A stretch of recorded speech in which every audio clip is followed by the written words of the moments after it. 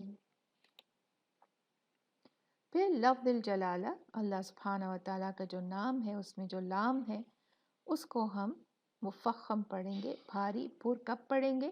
جب اس سے پہلے والے حرف پہ فتحہ یا ضمہ ہوگا، زبر یا پیش ہوگا، اور اگر اس سے پہلے کسرہ ہوا، زیر ہوئی، تو پھر ہم لفظ الجلالہ کو کیا کریں گے؟ لام کو لائٹ ہی پڑھیں گے، باریک پڑھیں گے۔ یہاں پر ہم دیکھتے ہیں کہ اللہ سبحانہ و تعالیٰ کے نام سے پہلے دال آئی ہے نا، تو دال پہ کیا ہے؟ فتحہ، زبر، تو کیا ہوگا؟ یہ ہم اس کو موٹا پڑھیں گے، عند اللہ۔ اب آج ایک آپ کو نیا جو ہے قاعدہ میں سکھانے لگی ہوں، شاید میں نے پہلے کہیں منشن کیا تھا، لیکن آج میں آپ کو اس کی تھوڑی سی تفصیل بتاتی ہوں کہ قرآن میں 7 کلمات ایسے ہیں جن کے آخر میں الف پر، یہ دیکھیں انڈے کی شکل کا، بیضوی شکل کا ایک دائرہ سا بنا ہوتا ہے، اس الف کو جب ہم، اس الف پہ جب ہم رکتے ہیں تو اس صورت میں ہم الف جو ہے وہ اس کو مد بنا دیتے ہیں 2 کاؤنٹ، انا۔ لیکن اگر ہم نے اس کو ملا کے پڑھنا ہے، وصلاً پڑھنا ہے، تو پھر یہ الف جو ہے یہ کینسل ہو جاتا ہے۔ کیسے؟ اب میں پہلے اس کو وصلاً پڑھوں گی، ملا کے پڑھوں گی، اور الف کو نہیں پڑھوں گی۔ وَإِنَّمَا أَنَا نَذِيرٌ مُبِينٌ۔ اب اگر میں الف پہ رکنا چاہوں تو کیسے رکوں گی؟ یہاں سے شروع کرتی ہوں، قُلْ إِنَّمَا الْعِلْمُ عِندَ اللَّهِ وَإِنَّمَا أَنَا دیکھیں میں ایسے رکی، اس کو مت دے کے، لیکن جب میں نے اس کو وصلاً پڑھا تو میں نے اس پہ الف کو نہیں پڑھا، وہ کینسل کر دیا۔ تو یہ کچھ 7 جو ہیں یہ جگہ پر یہ الف آیا ہے ان حروف، ان لفظوں کے ساتھ میں، اور یہاں پہ میں نے منشن بھی کر دیا ہے۔ تو یہ 7 الفات کہلاتے ہیں، الفات السبع۔ تو اگر ہم ان کو یاد رکھ لیں تو یہ 7 ہی ہیں، بس یہی والے الفاظ ہیں، تو یہ جب بھی آئیں گے ان کو اسی طرح سے پڑھا جائے گا۔ تو یہاں پر ہمارے آج کے سبق کا اختتام ہوتا ہے۔ میں آپ کو اپنے ویڈیوز کے لنک تھرو آؤٹ جو ویڈیو ہے اس میں بھی دے رہی ہوں، اور یہاں پر بھی دوں گی، آپ ان پہ جائیے اور اپنے جو بھی آپ کو ویڈیو سوٹ کرتا ہے آپ اس کو چوز کیجئے، اور اس کے ذریعے بإذن اللہ تعالی اپنی جو تلاوت ہے اس کے رولز یا جو بھی اس میں کمی بیشی ہے اس کو آپ پورا کیجئے۔ اللہ سبحانہ و تعالیٰ کا